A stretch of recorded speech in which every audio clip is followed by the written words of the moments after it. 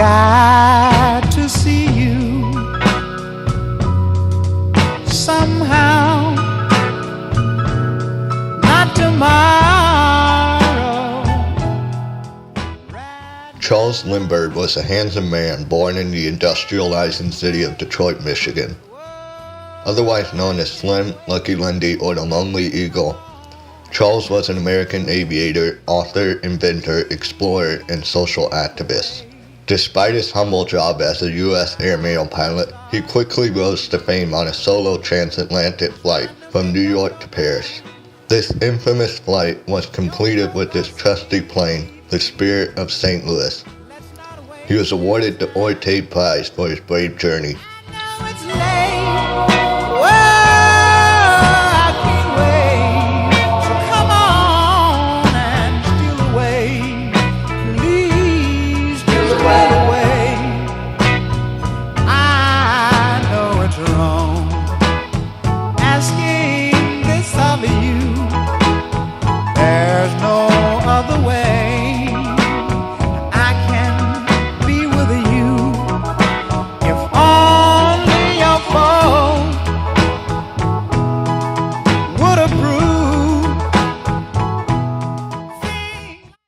Crime of the century.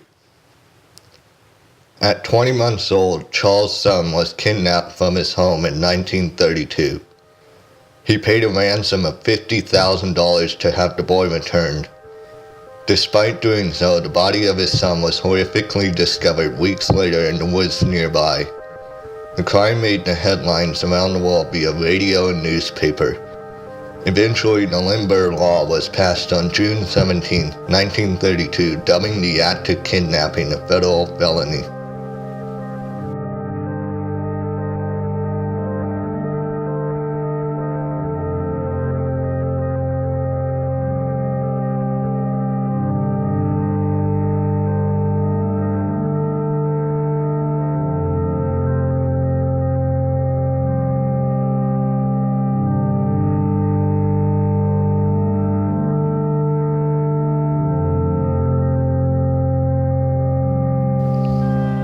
The America First Committee, or AFC, was against the idea of America joining World War II.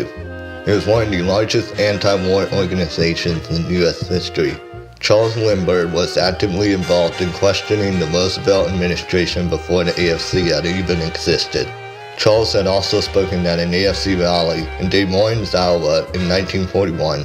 He urged listeners to look past the speeches and propaganda and instead look at the authors of such media. Who is writing these papers? Who is influencing the speakers? This was a great reminder for Charles to dispense upon his listeners. At the end of his years, Charles Lindbergh spent his last years in quiet seclusion in a small cottage on the tranquil island of Maui.